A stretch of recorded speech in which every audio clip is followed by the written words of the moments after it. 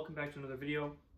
You're joining me in my quandary to find the perfect mouthpiece for my Yamaha custom 8130G bass trombone. I really like this horn. I've kind of flip-flopped on it actually. I liked it when I got it, and then I didn't, and then I did, and then I didn't again. And now I like it again, and it really just comes down to the fact that this needs a ton of air to be played. Like more than my dual bore on my M&W or my B&S. And if you underfund it, it just kind of sucks. It really loses all the fun center to the sound, and it kind of gets hard to play, and it's really tiring. And if you do fund it, it's awesome. It makes just this like really wide, like colorful sound with like a bunch of core that really works well with tenor trombones and with tubas, the kind of lower stuff. I can get a really quick, snappy response, a nice brightness to their articulations. It's great. The whole range of the instrument's pretty easy to play. Pedals are awesome. I really like it, but I've not found a mouthpiece that just works for me. And so I want to show you kind of what I go through to find the correct match for this instrument, because I just honestly haven't found it yet. Right now I'm using a Hammond 20BL. That's the shallower version of the middle bass size that Hammond makes. And it is, I think, the best one. It makes a really big, fat sound. It plays all throughout the range.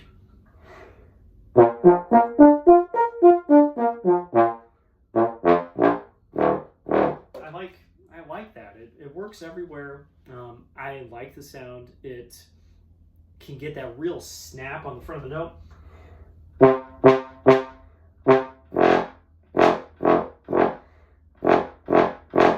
But you might be hearing the problem. It has a huge throat. And if you don't fund this, I'm aiming that off the camera. There we go. If you don't fund this with enough air, it sucks. And that's a lot of the reason that I kind of didn't like this instrument, because I would play with this mouthpiece and I would not really give it enough air, and it would just not be fun to play and would not make a good sound. It's just kind of like limp. There's nothing to it.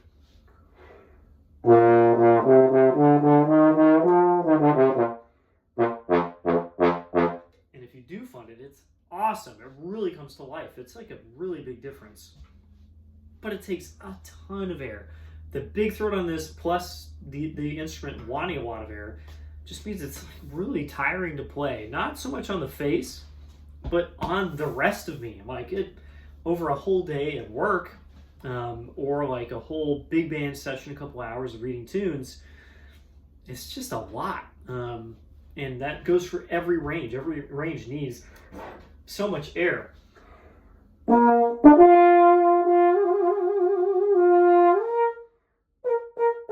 Like, that's great, but I'm really working to do that. And it's not like a muscle effort, it's just huffing and puffing, a lot of air. My phrase lengths, like when I'm kind of tired near the end of the day, phrase lengths get pretty short.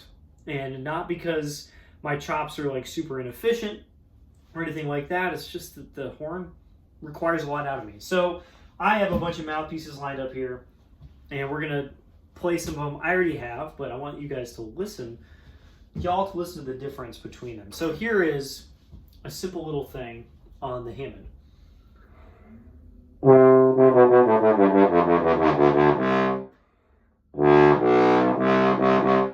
Something else I like about the Hammond is I can play unbelievably loud on this mouthpiece. It's pretty great. I think it makes the loudest sound. This is my Bach 1 1/4 GM.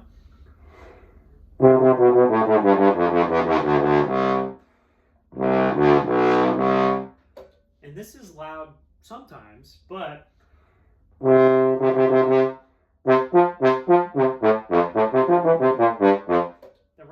the staff has to be played just a lot more carefully in order to get that efficiency, and the rim is a way less comfortable, and the throat's kind of the same size. So this kind of does the same things as the Hammond, but a little bit worse. I have this Yamaha 60 that I've had for like 16, 17 years, and I've not used it for a while, and it actually is not bad.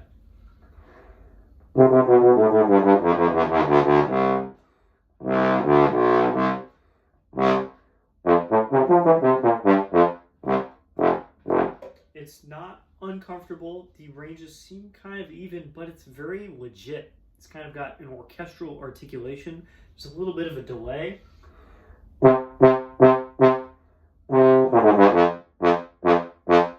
It's not immediately apparent, I think, especially over this, but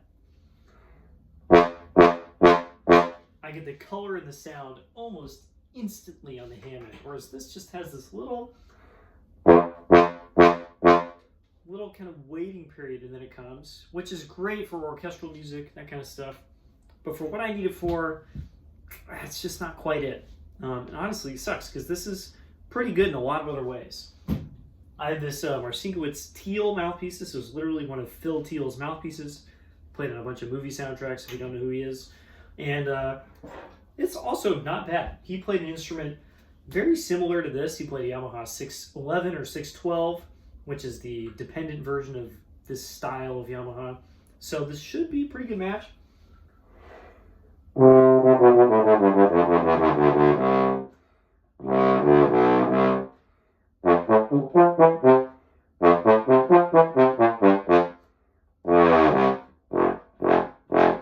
And honestly, it's not bad, but it's a lot quieter, and it's just a vastly different size. This is kind of a 1.5G that's larger. It's like a big small mouthpiece rather than a medium mouthpiece, which is what I usually use. And the throat is very small, so it's kind of not as loud. It's a little less even.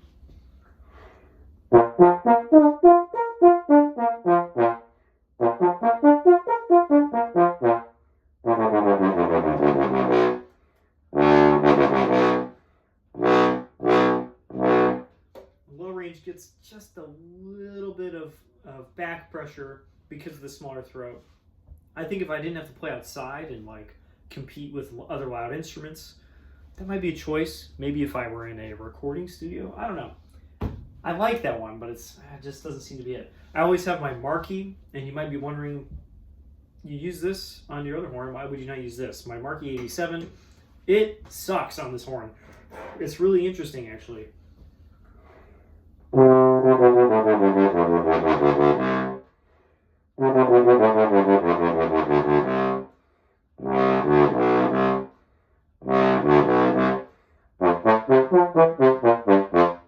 It just stuffs up as I go low.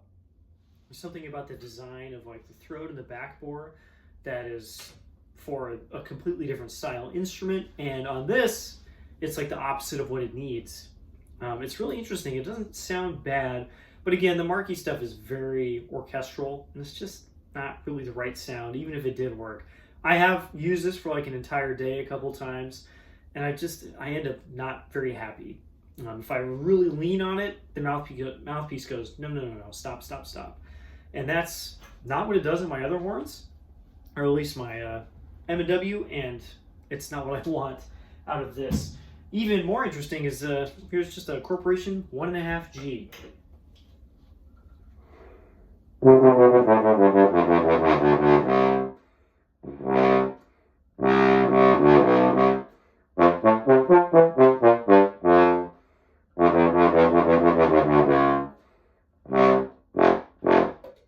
This, obviously, is what the horn is designed around. This is the size of the mouthpiece. Players in Japan were playing at the time that this was designed and used. And you can tell. The horn just instantly has a bunch of color. It's got a really dense middle to the sound. The response is good everywhere. The low range is actually very open.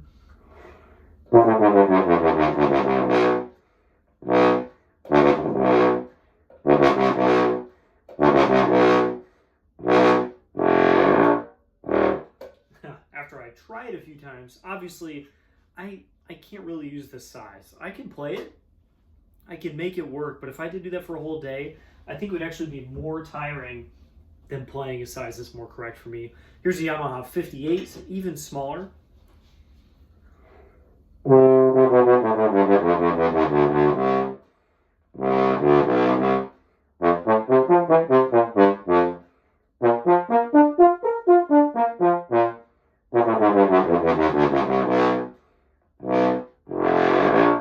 So that works as well. It's interesting, the 58 is a 2G size mouthpiece, but it actually has a worse high range than my larger stuff. So here's the Hammond that I started with.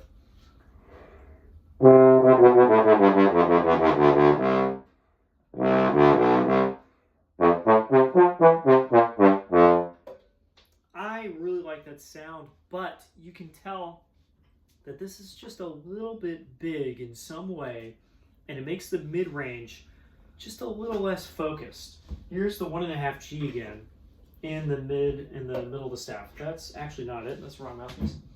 Here's the 1.5G again.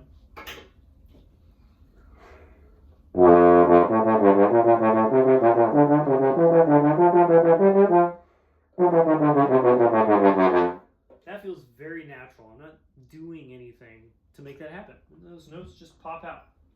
Here's the Hammond again.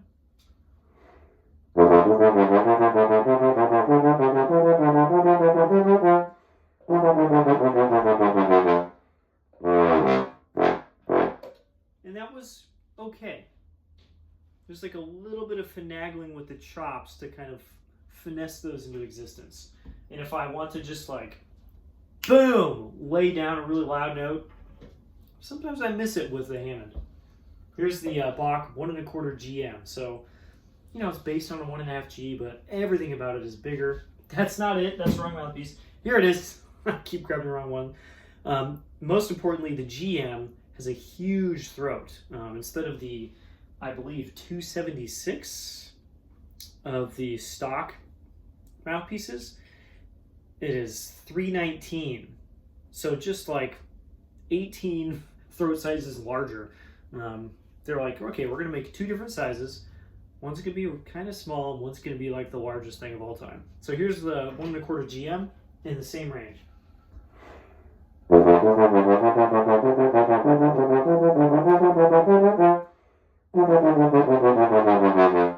Yeah, there's several notes in there that I had little burrs on or kind of double buzzed. I'm not doing anything to kind of prevent that, but I don't want to have to do anything to prevent that. So all of that to say, finding the right mouthpiece sometimes it's really difficult. I would love to play a 1.5G on this. That's still not it. I keep picking up the wrong one. That's still not it. I keep picking up the wrong. Nope. Fourth tries the charm. There we go. I would love to play a 1.5G on this because that's kind of what it's designed around. It does sound pretty good, but it's not the right choice for me. This rim size is exactly in between everything that I use. I use the Marci 87 size, which is very similar to the Hammond 20. And on tenor, I use a 3 size rim. So it's like smack dab in the middle, just enough to be wrong. I probably could get used to it. I could probably do it. I might take that mouthpiece to work at some point and try it out. But it's just not really the right choice. So for now, I'm going to keep playing the Hammond. I've actually run out of choices. I have a couple more like 1.5Gs, but all of them feel worse than this Bach that I have. And I have a couple big mouthpieces. If you want to hear the difference, here's a Long Island Brass Company prototype from way back.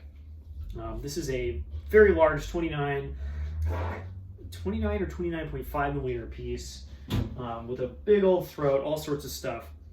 It's extremely deep. I can play it, but just give it a listen.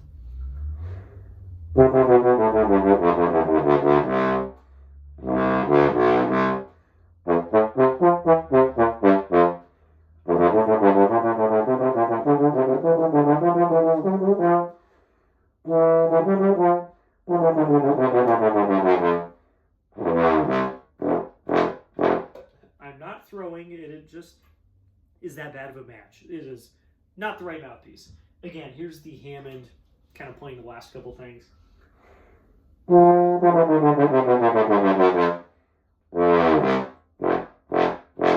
Hammond is just so much louder. loudness, kind of the decibels that you get for the amount of effort that you put in, it's one of the kind of the better ways to decide what's a good match for the instrument, or a good, whatever match for you, or whatever happens to be. When it's really loud, that means something is efficient. And if something's efficient, it's probably good. So again, the 20BL, it's going to be it for now. I just wish there was a 20BL with like a normal human-sized throat, but I'm not about to go get like a custom mouthpiece. We'll see. I might try some other stuff, might buy some things. I really don't want to obviously have enough bass trombone mouthpieces sitting around. And maybe someone in the comments will be like, oh, obviously the Marcin Teal is the best choice. And I might try that. But for now, the Hammond is the choice, and I really do love this horn. It's weird how hard it is to find the right option when the option it was designed around, I picked it up right the first time, is not something that I can play. I think that happens pretty often. A good example would be the Con 88H, which was not exactly designed around, but largely in conjunction with the Con Remington mouthpiece, which honestly not that many people can play. It's a really weird size. It's got a tiny back bore, and it has its own shank size. So if you can't play that, you're making a big compromise in some kind of way. Anyway, that's all I got for now. I'll see you all in the next video. Bye-bye.